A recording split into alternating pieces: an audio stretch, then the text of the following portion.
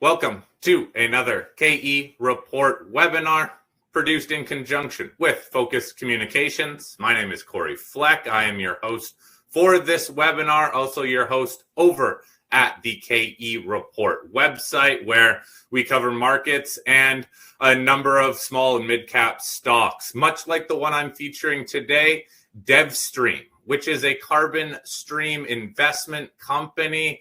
The company is focused on looking for tech-based solutions and building up carbon credits. So the team that is joining me from DevvStream is Trinh, the Chief Executive Officer.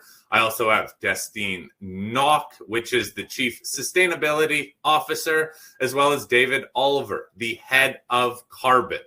Now, the team here is going to walk us through this presentation that they have prepared for all of us, and they're also going to be fielding questions. So please use this webinar platform, the system, in either the chat function or the Q&A function to send in your questions, and I will be interjecting those questions throughout this webinar, as well as at the end of the webinar, we'll have more of a Q&A. Now, I know the company has put together this presentation, and a lot of this presentation is going to be more conversational. So I will throw it over to the company here. It seems like, Sunny, we're having a little trouble with your video popping up. I'm getting a spinning wheel. If you could try to just shut off your camera and turn it back on, hopefully that will take us, or hopefully that will reset you. There we go.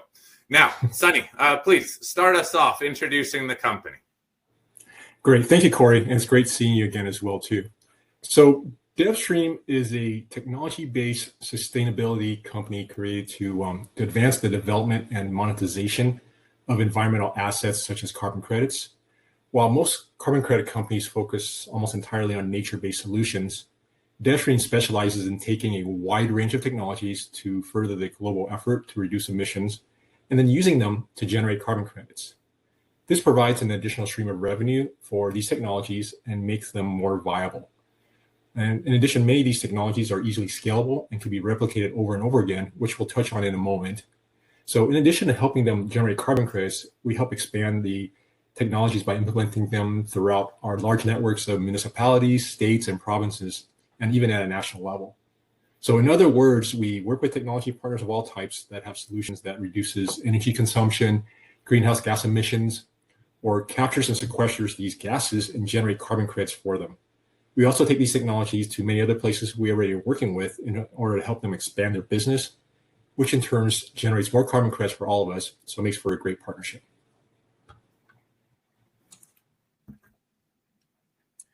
So just touching on the carbon credit market a little bit. Well, first of all, the carbon credit market is a system in which credits representing greenhouse gas emission reductions are bought and sold by organizations worldwide. In order for most corporations, organizations, or even countries to meet their net zero goals, they will have to buy carbon credits. This is why the carbon credit market is relevant to just about any organization you can imagine. This is also why this market is really big. If you look at the combined markets, which includes voluntary and compliance credits, and DevvStream participates in both voluntary and compliance. If you look at the combined markets, it's estimated to be $1.16 trillion in 2023 and $2.68 trillion by 2028. So you can see, Corey, I mean, this is a massive market.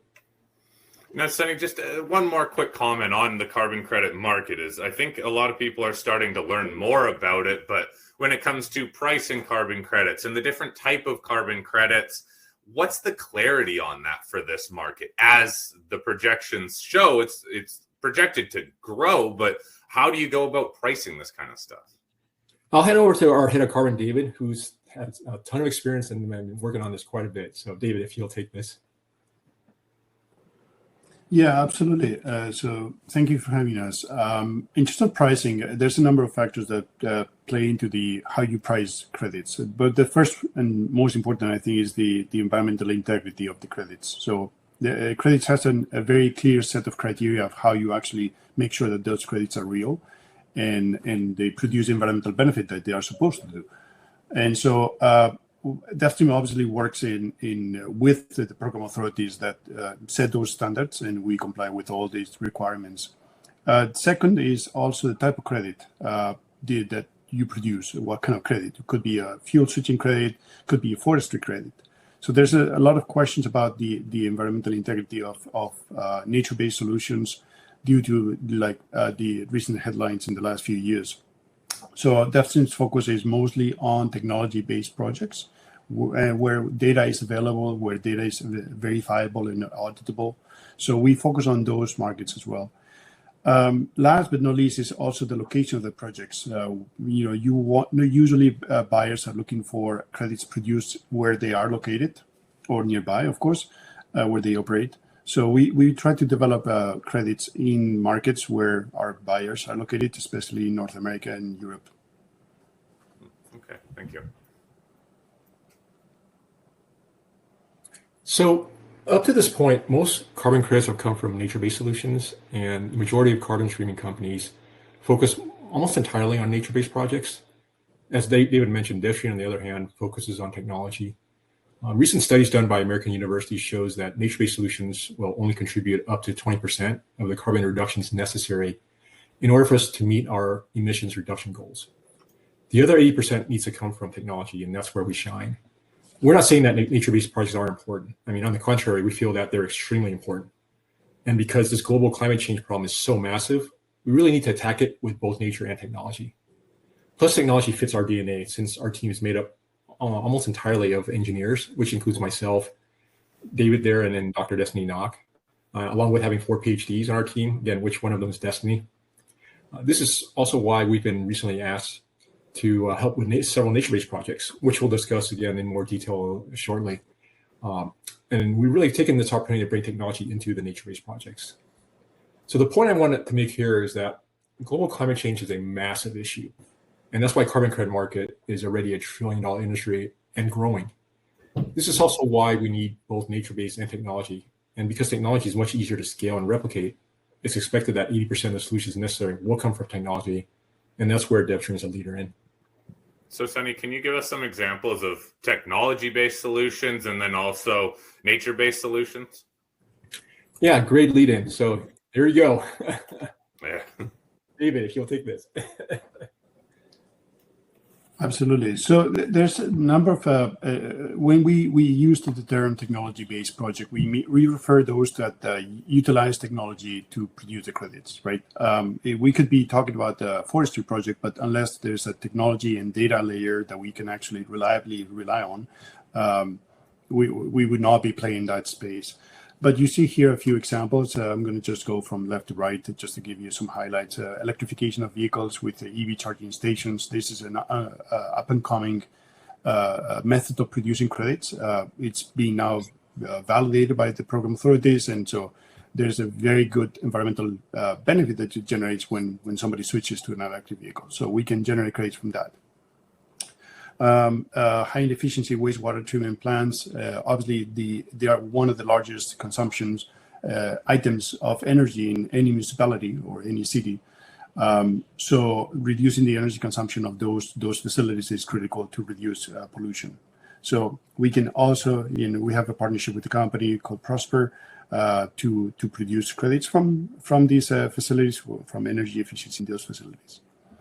The third one is the energy efficiency in buildings, and we're going to be touching on this program that we just announced recently. This is a very interesting aspect or sector because we believe the buildings have a massive potential for credit generation while we reduce the environmental footprint of those buildings. Also, the same applies to industrial energy efficiencies. We all know that the industrial manufacturing and so forth generate a large consumption of both energy and fuels. So we are trying to address that aspect. And last but not least is the plug-in oil wells. Methane released by abandoned or orphaned oil wells have a gigantic environmental impact. So we're trying to address that element by incentivizing people to plug those wells through the sale of carbon credits. Now, does DevStream own these technologies? Do you develop these technologies? How does that play into actually utilizing these in these different avenues? Sonny, you want to touch on? Yeah, sure. So DevvStream, we don't own these technologies. We find technology partners, and that allows them to really focus on their core competence, which is really advancing the technology that they develop. Like in the case of the wastewater treatment, Prosper is the company that owns the technology. Where we come in is that we provide a turnkey solution to generate and monetize the carbon credits for them. So this adds that additional revenue stream that makes their project even more viable. And so it's a very nice synergistic relationship. So how do these partnerships work with companies then? What benefits do the companies get by partnering with you to, it sounds like, manage these carbon credits? Yeah, so first of all, majority of these technology companies aren't aware of that carbon credits exist, or if they are, how to generate the credits. So we come in and we provide an additional stream of revenue that aren't even in their model. So like in the case of Prosper, they weren't even aware of it. And so again, that adds more revenue to them, but also reduces the cost for their end customers as well, such as municipalities. And then the other piece is because we have a vast network of partnerships along with projects we're doing at different locations, just like David mentioned, we help act as their biz dev. So we advance our technology and bring it to a lot of locations. And the reason I like the Prosper and wastewater treatment is if you think about it and take a step back, every city in the world is wastewater treatment. And because of one of our joint venture, for example, in Canada, where we have access to the majority of the municipalities out there, we literally can take their solution to just about every city in Canada. So that helps them grow much faster, along with bringing in that additional stream of revenue. Okay, so the network that you have is how you find these deals and how you develop those relationships. Yeah, that's correct. That, and then we've gotten to the point where I think our branding is pretty strong. So we get incoming requests, almost daily. Unfortunately, we don't have the manpower to take on all these different projects, and we'll touch on the size of our pipeline as well. But we do and are able to take advantage of some of the higher impact ones, like the ones that David just mentioned. Okay. Now I'm sure some people are wondering, well, why don't companies just start up their own division to manage carbon credits? But DevvStream provides that turnkey solution, don't you? We do, and the reason, and then that's a really good question. The reason most companies don't do it is just because the level of expertise isn't there. We work with some very large organizations. We made an announcement with a company called Ryoden. So they're a $2 billion electronics distributor out of Japan and a subsidiary of Mitsubishi. So you can imagine they have just about as much resources as anybody. And they went and looked into this because a lot of the stuff that they're doing are eligible for generating carbon credits, such as high efficiency HVAC systems, refrigeration systems, EV chargers, and so forth. But they weren't able to find the level of expertise necessary in order to generate these credits. And like I mentioned before, majority of the carbon credits up to this point have been nature-based. So there's more expertise there than on the technology side. So that's why we come in and we're able to provide this service. And a lot of organizations are more than happy to work with us. Okay, perfect. I'll let you guys continue on then. Thank you. Yep. So our business model is relatively simple and is divided into two main profiles. The first is where we have projects that require some form of CapEx to get started. Plugging oil wells is one example. In these cases, we would provide the upfront capital in exchange for 90 to 100% of the credits. The projects that we invest in would need to generate enough carbon credits to provide a 2-year payback period for the investment amount, and then with a minimum 10-year carbon credit stream. These type of projects are expected to yield roughly an IRRs of 40 to 60%. The second model, which we're seeing more and more of, are for projects that don't require upfront capital. Instead, the carbon credits generated would help cover OpEx costs. In these cases, we act as the managing entity and provide a turnkey solution to generate monetized credits, just kind of like what I just mentioned, Corey. The only investment that DevvStream makes is to cover the cost of all the project design documentation, the validation, and the certification. Again, in these cases, we retain 25 to 50% of the credits depending on the complexity of the project. And since our upfront costs for these type of projects are much lower, our IRR is expected to be around 80 to 100% or even more. Now, when you talk about approach one and a targeted payback period, how do you generate revenue from these carbon credits? How do you get that money back? Yeah, there are quite a few buyers of carbon credits. That's why the market is so large. And then again, I'll pass it on to David. He's worked with many of these buyers and knows them quite well. Yeah, so buyers are traditionally being corporations looking to reach net zero. So pretty much every company out there making a claim that they're either targeting net zero or they're actually net zero today, they probably use some form of carbon credit instrument. So obviously that's the most traditional target group of companies that exist out there, and there's the majority of public companies and large private companies as well. Now, if you've been following the news with the Article 6 of the Paris Agreement, now this has opened up a new pool of buyers, which are the countries. Countries are expected to become the largest buyers of carbon credits by far in the next few years, as we approach 2030 as the milestone for our national determined goals, the NDCs. So countries are expected to become by far, I would say, 10 times bigger or more than the corporations today as we approach that deadline. So these are the two typical types of buyers today that we see. Right now it's mostly corporations, but as we approach in the next few years, we expect that that's going to shift to countries. Now, when you're selling carbon credits, is it just done on a process or a systematic process? Because there isn't necessarily a market pricing for each carbon credit, right? So you would make individual deals with these buyers? Yeah, there's multiple ways to approach the buyers. Like I said, the pricing of the credits is not a simple process. So you need to be familiar with the characteristics of the credits, the process of buying the credits, the volumes of the credits, of course. Think about the approach like any other commodity that would be somewhat relatable to that. If you buy a large in bulk, the price is going to be lower, of course. But generally, I think what we see in the marketplace that there's a lot of public pressure for purchasing high quality, transparent, verifiable credits. So the days of like people buying questionable credits in the marketplace that nobody really knew where they came from or how they were actually verified, if at all, I think those days are gone. And the buyers that are like currently playing North American markets and European markets are educated buyers that they are like conscious about the potential issues if they don't actually buy high quality credits. So we are targeting obviously those that drive the highest price for the credits. Okay, so the market's in a way almost cleaned itself up over these last few years, because we've heard a lot about carbon credits, but it was that almost gray area that it seemed like a lot of carbon credits were in. Absolutely. No, you're right. I think that the market has been learning itself and making sure that the bad players fall off or at least get behind. And now there's not just public pressure, but also, I don't know if you saw the news just yesterday, I think, one of the Canadian governments here, one of the provinces has filed criminal charges against a company that fudged the numbers for producing carbon credits. That's completely obviously unacceptable. So the first time they filed criminal charges for that kind of activity. So I think the market is reacting to it, and it's a good development that the regulators are paying attention, and obviously the public pressure has a say on that. Okay, thank you.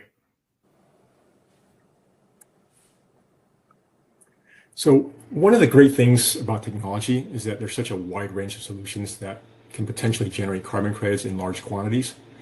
This is why we're able to have a pipeline of over 125 opportunities across any types of technologies and across different geographic locations as well too. So at scale, our projects has the potential to generate over 100 million high quality carbon credits per year. And of these 125 opportunities, and actually more, as I mentioned, we get incoming almost daily, which we turn down quite a bit. So these are opportunities that we at least look at and not turn down right away. So out of these 125 or so, we're actively working on 25-ish of them, with 7 under contract and 8 more under LOI, 8 more under LOI or MOUs as well, and constantly growing. Okay, thank you. So one of the advantages of technology-based credits are this ease of transparency and the ability to really quantify in a more accurate way. So as we mentioned before, some of the bad actors were fudging some of the numbers. And so with technology credits, we really see that as being able to eliminate some of that ambiguity by using more accuracies such as like sensors to actually track the environmental benefits generated for these emissions reductions. We also think that the advantage here is on the timing side. Technology-based offset projects can be implemented much more quickly because, again, these are being implemented in places that are actively running. So every city has a water purification facility, right? We have a lot of oil and gas wells that need to be plugged. And so these sensors can be widely deployed, and we can use lessons from one project to then just replicate that in multiple cities throughout the United States, Canada, and eventually the world. And so that makes them much more scalable because, again, you are integrating those lessons learned into every project therefore after. And of course, that leads to financial efficiency because you do get those economies of scale. And then as we are replicating that, it leads to better predictability, which we feel like technology-based credits overcome from nature-based projects. Because then you do have, similar technologies that you are implementing sensors into. And then again, that can align us better with the United Nations Sustainable Development Goals and the Paris Climate Agreement because it allows for better tracking. So better transparency, better tracking of our emissions reductions, and then how those reductions are impacting our credit generation. And then that leads to more accuracy on our side. Does this also help differentiate between high quality and low quality carbon credits? Yes, it does. So with high quality and low quality carbon credits, one of the big differentiators for the technology side is being able to get as close to the emission source as possible. And then also be able to track how that is changing emissions. So you have your baseline, and then you have all your change points that you can track over time and measure, which makes the credit more high quality. The other thing that will make it high quality is being able to show long-lasting permanence of that carbon credit so that once that carbon credit was generated, it doesn't get negated in the future. So also, how do you go about verifying these solutions? Because we've talked a lot about them, but is there a standard process that you can use to verify these solutions and then the follow-up credits? So one big piece of the verification of the carbon credit process is to use methodologies, which we will get to it a little bit more in our presentation a little bit further down the line. But that really does help verify that the process for following these to have high quality credits is being followed because it's a laid out methodology that has been verified by the American Carbon Registry or a different registry that's more of a third party. So now instead of each individual company trying to verify their own carbon credits, which would have a lot of problems, now it's a more standardized process that needs to be followed in order to verify that these are high quality. Okay, thank you.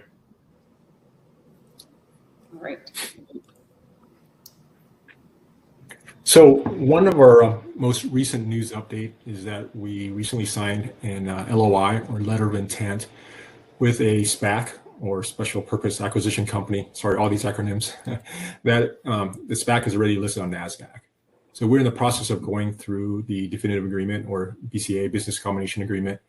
This is a merger that will allow us to be listed on NASDAQ much faster. This will also allow us to be the first pure carbon credit company on NASDAQ.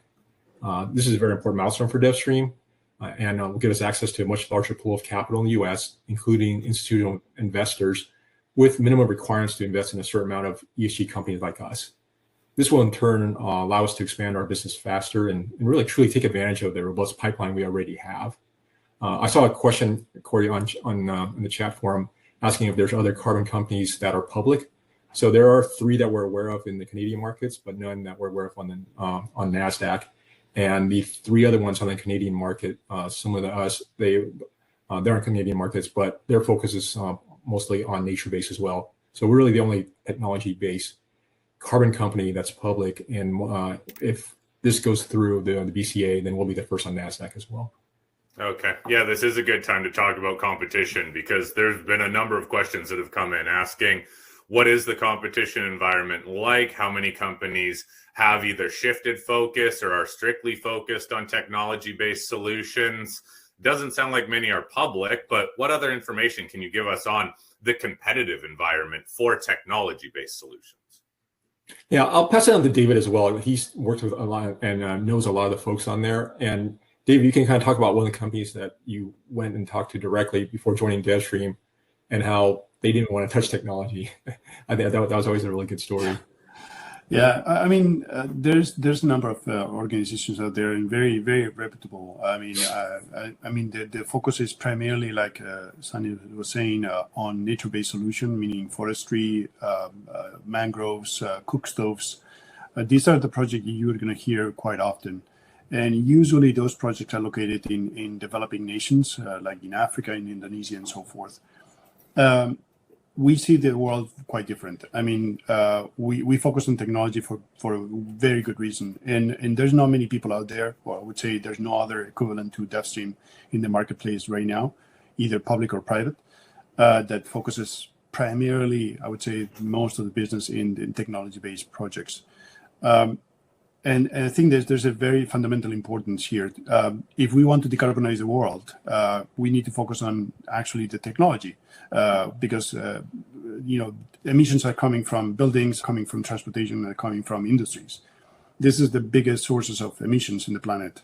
If we don't address that, there's not enough trees to plant in the world, or space to plant trees in the world to actually sequester the carbon that we're producing in the other side of the boat, or the coin, right? So we're trying to make sure that obviously, if we want to fix or address the mitigation of the climate change, we need not just one DevvStream, we need 100 DevvStreams, to be honest.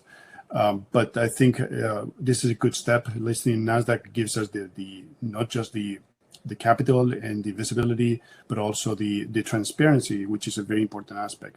Being a public company on NASDAQ forces us to be as transparent as the markets require. And that's a very important aspect for the carbon markets. Now, opening up this pool of capital in the US on the NASDAQ, do you think, Sunny, that the company is going to need a lot of capital here to get rolling with a lot of these technology-based solutions if you do start signing partnerships here? No, because we have the two models, and majority of our business now is in the second model, where it's a low capital initial investment requirement. The main reason that we need the capital is really to expand our team and to be able to manage more projects. As I mentioned, we have over 125 projects in the pipeline, but the biggest piece is that a lot of these projects are extremely scalable. And so, one of the things that we're doing, and we recently announced as well too, is that we have a joint venture in Canada with a former member of Parliament, and this allows us access to just about every city and municipality, every province in Canada. So the project I mentioned before, like the wastewater treatment, we literally can take it to just about every city in Canada, and quite a few in the United States as well. Well, projects like that requires program managers. So we need a lot of people in order to help run and drive these projects. And so that's what would be the source of use for the capital for it. So we wouldn't need a ton of capital to really grow, but we can use some just to be able to expand our operations. Okay. And now, any timing on this listing, or what are the next steps to become listed on NASDAQ through this SPAC? Yeah, there'll be announcements coming up later. We can't go into too much details right now, being a public company. But like I said, the letter of intent has been signed, and we're working towards the BCA as we speak. And then more details will come shortly. Okay. Yeah, there are a number of questions on that. So I guess everyone stay tuned for that.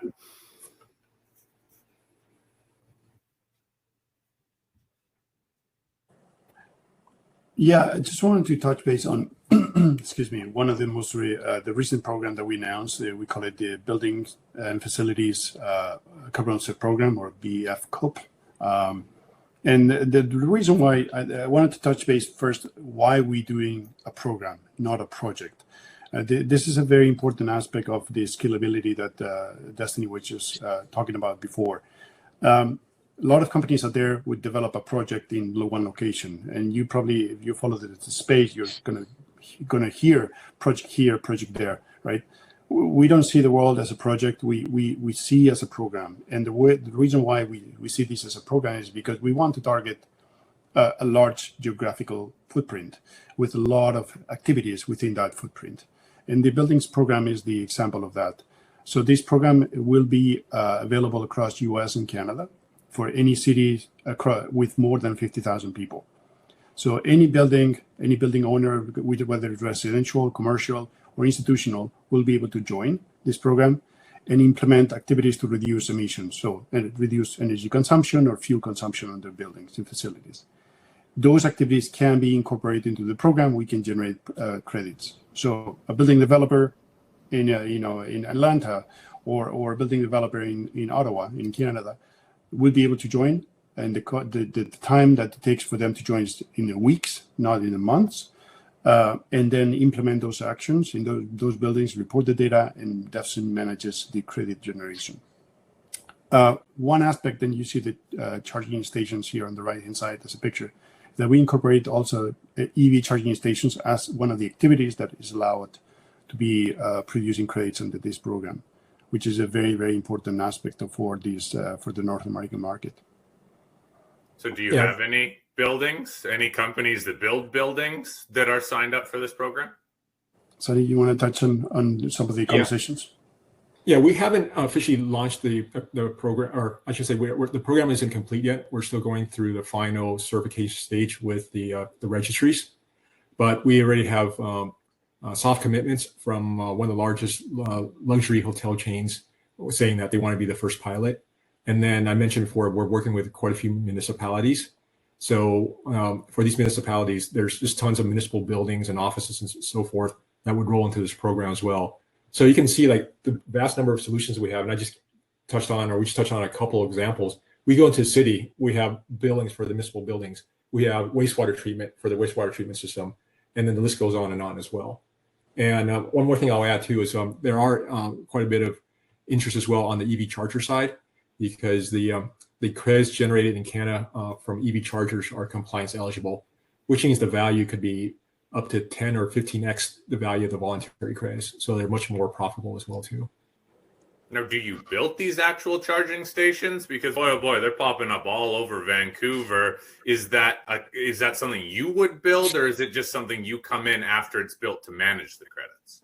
I'm going to answer that, Sonny, if you don't mind. So the way we do this is we develop the program ourselves. DevVstream develops the program. We act as what's called a coordinating managing entity, the CME.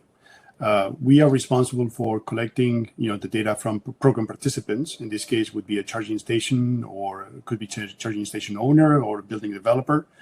They provide the data to us, and then we manage the process of producing the credits and selling the credits, and then return a percentage back to them. So basically, the program participants don't have to do anything different from what they do today. So if you own a charging station network, just join. There's a very simple process to join. Provide us the data. We will manage the credit generation and then send you a check at the end of the year. As simple as that. Okay, so you're just there to help collect and manage all that data, and then I guess pay them out at the end of the year, whatever that agreement is. Now, is it standard agreements from company to company or building to building, or is that done on a piecemeal basis? Sonny, you want to answer that? They're standard agreements. So we have a list of onboarding requirements to make it simple for everybody. And this is necessary in order to ensure the highest quality as well along the data and everything that's done in order to generate the carbon credits. It also fits the methodology along with the registries that we're working with, the program authorities, all the necessary requirements. So this helps everybody because it makes it much more efficient. But it's also, like I said, ensures the highest level of quality and eliminates any chance of erroneous data, let's say. Okay. Yeah. One aspect I wanted to add to is the onboarding process. If we want to scale these programs to the level that we want and we expect, we need to make it as easy as possible for people to join, right? So we're now currently developing the process of that. I call it the Facebook example. It's as simple as joining Facebook. So just a few clicks, you are in. Rather than months and months of work and complex legal contract negotiations. So we want to make it as simple and as seamless as possible. Okay. I'll let you guys continue because there are a lot of questions that have come in asking, have you generated carbon credits, and how you even go about estimating, forecasting how many credits you can generate. But we'll address those at the end. So everyone keep sending in your questions, and I'll let the team run through the last couple slides. Okay.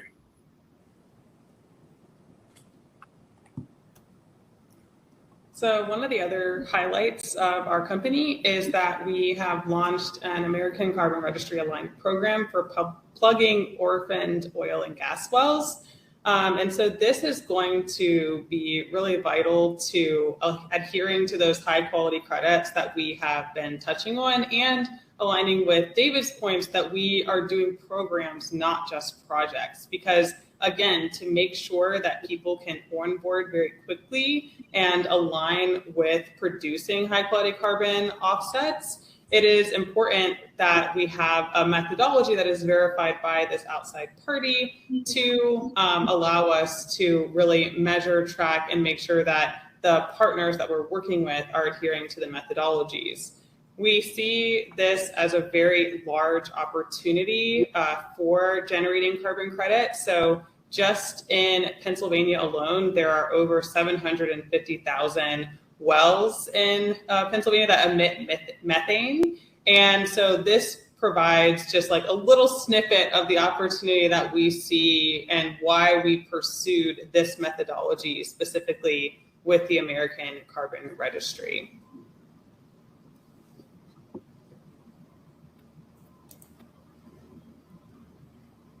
So going into one of our other highlights, as we previously mentioned, in order for us to have any hope of meeting our global climate change goals, we need to have both nature-based and technology-based solutions.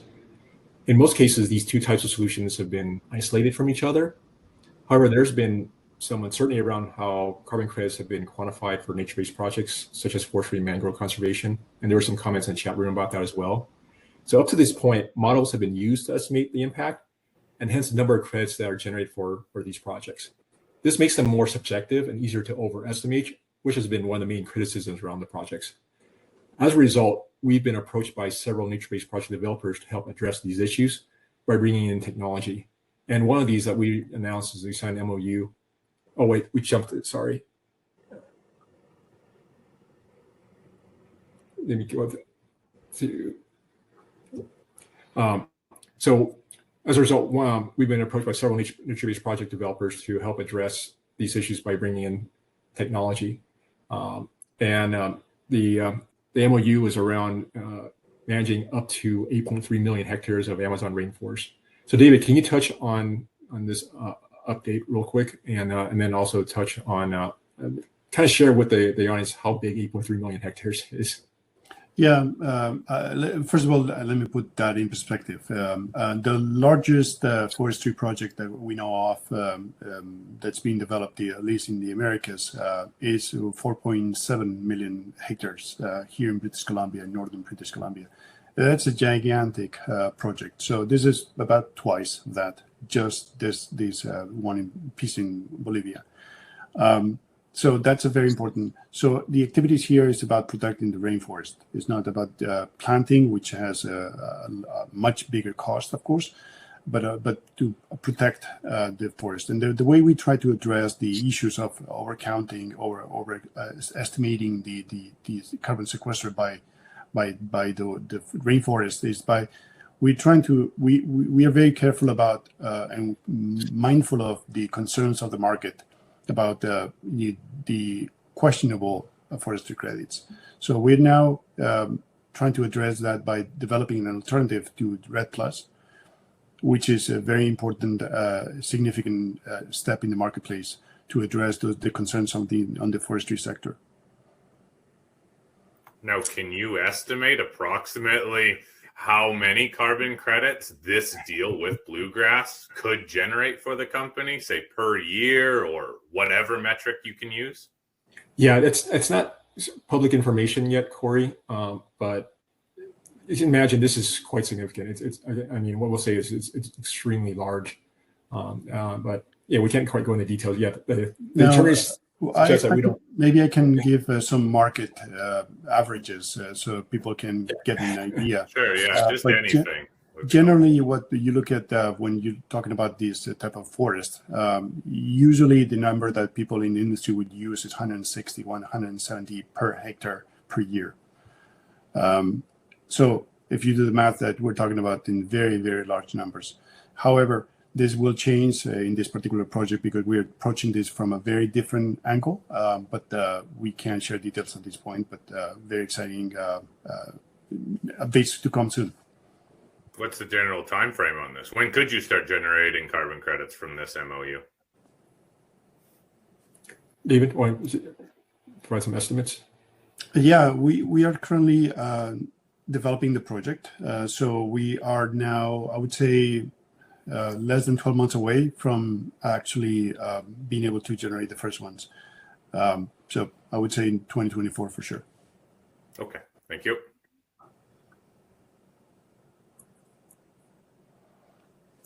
Yeah, I just want to talk about, obviously, we've been very lucky to, or even blessed to be able to have these two gentlemen join our team.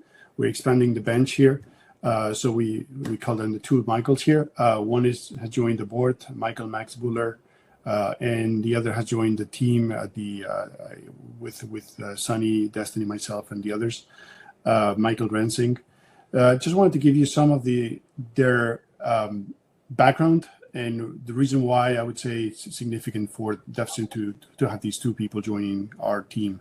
So I'm going to start with Dr. Michael Max Buller. Just to give you some references, he's the former director and head of infrastructure and urban development at the World Economic Forum. And some of his current roles include he's a professor at the construction business management at the University of Constance in Germany. He's also a member of the G20 Think 20 Task Force, Infrastructure Investment and Financing, member of the OECD Executive Consultation Group for the Blue Dot Network, and also member of the G20 GitHub Academy Advisory Panel. So his expertise lies on not just technology, of course, but on infrastructure and buildings. You can see the relationship with everything we're doing now, right? We have this absolutely fantastic team that now has not just the expertise in the background, but also the network to help us scale these programs. The second is, I just mentioned Dr. Michael Rensing. He's been appointed, he's the former head of British Columbia's Low Carbon Fuel Standard Program, so the LCFS here in British Columbia. He's going to be joining, he joined as the Low Carbon Fuels Advisor. And just to give you some background, I don't know if people are familiar with the LCFS here in British Columbia, but the LCFS program is the most successful program in North America.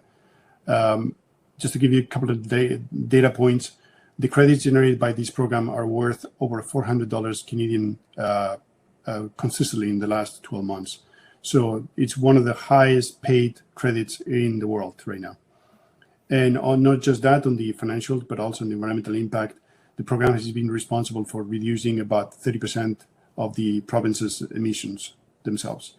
So he left as an executive director of the program a few months ago and joined DevVstream.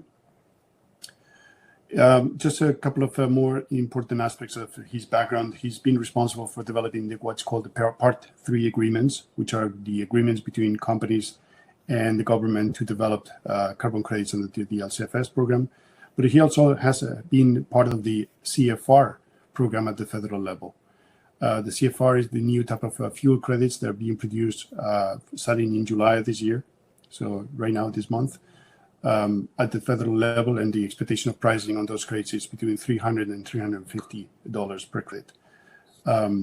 So that's just a snip of the background and the bench that we're building here at DevVstream.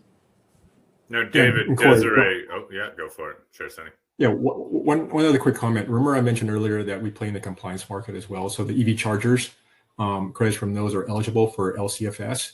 And so, for potentially EV charger programs that we develop in British Columbia, the credits could be as much as $400+ each. Now, David, Destenie, question came in just asking, what drew you to join the DevVstream team? Somebody noted that you have impressive resumes in the carbon and ESG industries. But what brought you on to DevvStream here? Please. Okay. So one thing that made me want to join the DevvStream team is I really wanted to not just be the academic that does research and never actually sees anything actually get done. I think that that's something that's really important for me because, I know I've been doing PhD stuff, research for about over 10 years now, and I have a lot of papers about, okay, we need to do this to reach net zero, we need to do this to reach net zero. But then finally, when I just kind of started talking to people, I met Sunny through another company connection, and just like listening to him talk about, okay, we are going to really dig into this ESG space and provide an avenue for not just the big companies, but small companies too, to participate in the carbon markets. I started off my background in the renewable obligation credit markets, where we were looking at like commitments to actually using these credits to fuel the renewable energy transition. And I lived in Northern Ireland for a year and was helping the utility regulator really make sure that they were able to manage all of the extra renewables that came onto the grid as these credits facilitated that. So then from that, one thing that we highlighted was you need to do more than just build renewable energy technology. You need to encourage people to use less energy, to emit less, right? And there are ways to track that. And so that was something that really excited me about DevvStream and talking with the team and working with the team of getting to take the lessons I've been doing in my research space in the environmental space and really try to work to make sure that we are making that happen for our energy and carbon transition. Great, thank you, David. Yeah, and for me, I think I've been waiting for our DevvStreams for years. I was hoping that someday somebody like Sunny and the team would come along. And one day I was fortunate enough to bump into Sunny and have lunch, and he explained the vision of the company, and I said, finally. I've been in touch with multiple carbon streaming companies before. I have, very close, colleagues there. But they are focused on something that, in my opinion, it's a very important aspect of the business. But to me, my focus is on technology. I've been in the past responsible for smart buildings, smart cities, energy efficiency, power generation, and so forth. So that's my space. The addressing the technology and the human activities that we all generate emissions from, like transportation, buildings, everything we do every day, is to me the most important aspect of all of this. So being able to bring big capital into these projects, into these programs, develop them at scale with data, with transparent data, using, obviously, we haven't touched on blockchain here today, but obviously putting all that data into the blockchain, so there's a traceability and transparency there. That's very important. That's the business, the vision, and all that. But the second is the people. I mean, I don't know if you've been lucky enough to meet the rest of the team here, but it's a fantastic group of people. And that's what makes the difference. You see the energy on we are going to actually create something that's never been tried before, that at scale that never been tried before, and not from the board level all the way to the staff and the executive team is completely aligned. So that's the most important thing for me. Okay, Sunny, any more slides, or should we get into some of these questions? There are quite a few that came in. Yeah, let's dive into the questions. Okay. Let's start off kind of high level here. A lot of people are wondering, when are you expecting to create credits, and when could you even cash in some of the first credits? David? So there's no simple answer here, but generally we're looking at the end of the year, beginning next year, of course. So we're not talking about in the next 2, 3, 4 years. No, of course not. So the programs we're developing ourselves are taking time to develop and implement and register and validate. But at the same time, we're partnering with people that actually doing that themselves, and we're going to be taking offsets from them, from their production. So those are the two avenues of credit generation that we're looking at and obviously expecting in the next, I would say, months. Now, when you start generating carbon credits, is it a fast ramp up? Could people expect to see fast growth, or will it also take time? The validation, other agreements, that process. So there's there's a ramp up, of course, and the programs, we are going to be actively promoting them to invite people to join the programs, and they are the ones implementing the activities, of course, and producing the environmental benefits that we generate credits from. However, when we develop a program or a project and we validate that, our intention is to submit already data to produce credits at that time. So we're not starting from zero. That's what I mean. We're starting from a number of credits and then obviously growing from there. Okay, now in terms of partners, you've gone through a number of different avenues and different types of companies that you can partner with. Even governments, are you more focused on one certain type of partner here? Because, look, your team is only so big and you need to get some deals signed and some carbon credits generated. So what we mainly look for is a couple things. The amount of impact, right? Because it is all about addressing climate change. What that does too is the higher the impact, the more carbon credits we're going to generate. And then we also look at how well it fits into our programs, because the programs makes us more efficient. And with the technology, like wastewater treatment can be potentially rolled into a building site program for cities. Right, and just like that's why with EV chargers we roll into the village program, because you could put EV chargers in the parking lots, for example, or next to the office buildings or so forth. So we look for efficiency, impact, and size, and also how mature is the technology. There are some very interesting novel ones that are too early for us to really start engaging because we don't have enough data. Like David said, the ones that we are working with, they have proof points, they're already active, they have solutions out in the field, and we can start generating data from what they've already done. Okay, so they need to be almost a little bit more advanced then, because there are, it sounds like, so many options for you. Oh yeah, so I'll give you examples of. Sorry, I'll give you examples of the buildings program. For example, we allow three main activities there: low carbon energy generation, so it means solar panels, battery storage, things like that, right? The energy demand activities, meaning energy efficiencies, fuel switching activities, things like that, and the electric vehicle charging stations. Those three activities are prescriptive. So we are very specific of how and which ones, what technology you can actually implement. And if you do, they qualify.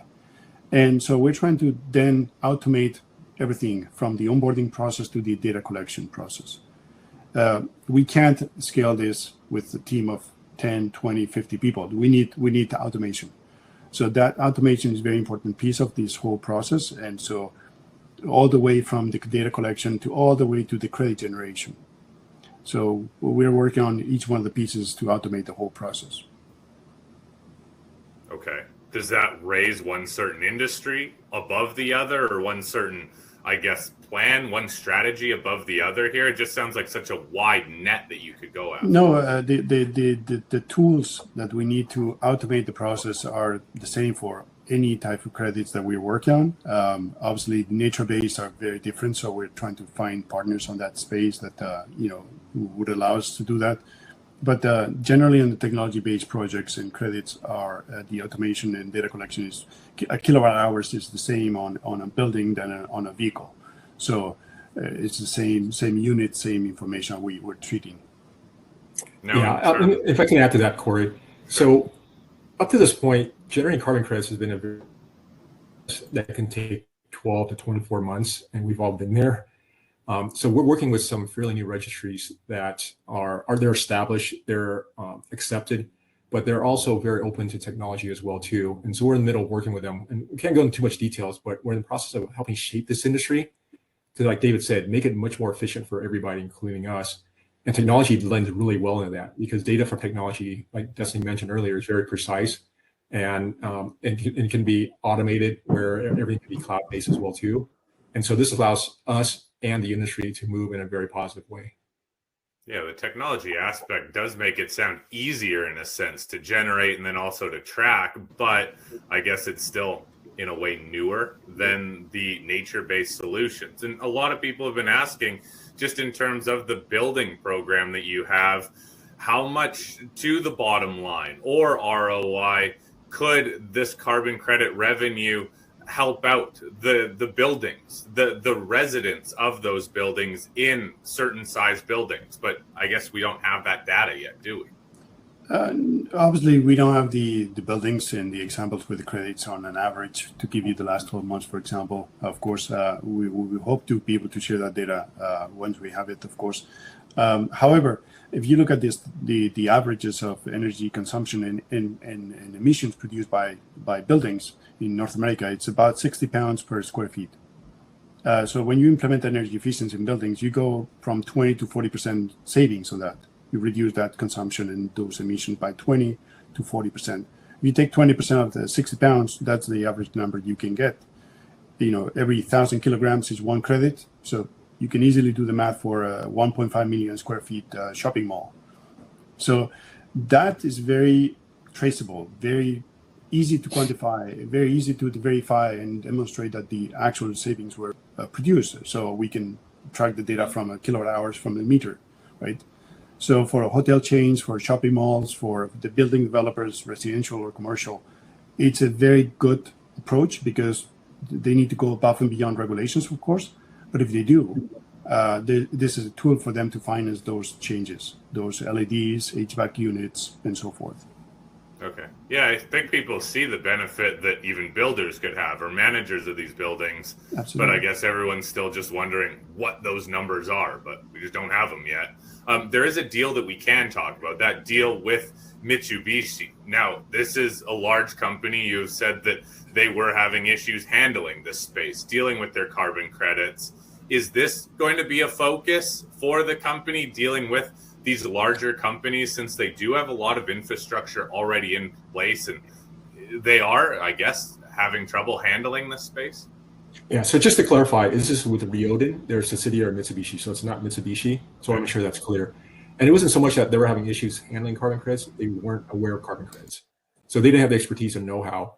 And so we're coming in, we're actually in the process of looking at their entire portfolio and really deciding which area to target first. So Dave and I have calls with them on a bi-weekly basis. And it's actually interesting because we have a partner in Japan as well who helps translate. But one thing about the company is they're very analytical, very methodical. So we're going through their entire portfolio right now to identify which one would make the sense to as a kickoff. Dave, if you want to comment on that too. I mean, we've been on quite a few calls with Ryoden. Yeah, so obviously large multi-billion-dollar companies, so they have a number of things that they do. One of them, for example, is HVAC units, high efficiency in HVAC units for buildings. Guess what? That qualifies for carbon credits. So the way we would approach companies like this is to obviously invite them to join the buildings program. Simple process: sign up in a few clicks, and you can join. And now you can provide us the data. We can actually produce the credits for you. But that applies to every Fortune 500 company in the world, or in North America, of course, that has buildings. So whether it's Apple in Cupertino or it's any company in a remote location in the US or Canada, but buildings are buildings. So that's why we're creating this program that allows anyone which owns buildings and implements energy efficiency activities, low fuel switching activities in those buildings to generate credits. The idea is to transition from here to here as fast as we can. We don't have time, so that's what we're trying to focus on. And just to add to that, the HVAC of a building contributes to 50% of the energy use in that building. And so that's why we really were targeting that specific piece, because it is so large. And with climate change, with people being told to stay inside, right, during fires or heat waves, right, that is going to potentially go up in the future. So we need to get ahead of it as soon as possible. Now, what about this methane mitigation program too? A number of people noted that, look, they asked actually, are methane credits more valuable than simple carbon credits because methane is so much more destructive to the atmosphere? How does this play into well capping? Can you give us a bit more information on the potential of this methane mitigation program then? I'll jump in if you guys okay. So couple of important points there. Methane generates about it has a global warming potential, so about 32. I think the latest number is 32 times the CO2. So for every metric ton that you avoid with methane, you produce 32 credits, right? So plug in 1 ton generates 32 credits. That's a very important number because we're looking at plugging the wells that produce over 100 tons of methane per year. So that's 3,200 metric tons of CO2 equivalent. So 3,200 credits. So that would be what we call the super emitters. So we're trying to plug the ones that do the much damage to the environment, not the ones that produce 1 ton or 2 tons, right? That the value of those credits depends. It generally has a similar pricing as other technology projects because of the nature of the how the activity is performed. So the technology is plugging on all well. However, some of the credits are valued more. For example, in California, there's many orphan wells very close to schools and kindergartens. So credits generated by plugging those ones, we expect that the buyers would be more willing to pay a higher price because of the obviously the human impact that those wells have on children. And so we have to address those ones as soon as possible, of course. So is it reasonable to think that because these carbon credits or certain initiatives help out individuals more or certain communities more, that other companies will pay more for them? Yes, that's what's called in the industry co-benefits. So having health or social or economic benefits generates what's called co-benefits, and co-benefits are valued. Credits with co-benefits are valued higher in the marketplace. Yes. Okay.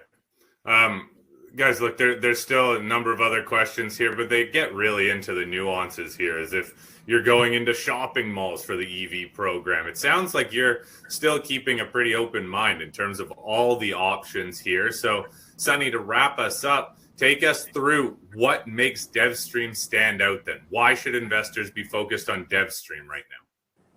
Well, first of all, I mentioned before, this is a massive market we're playing in, right? And over $1 trillion already, more than doubling in the next 5 years.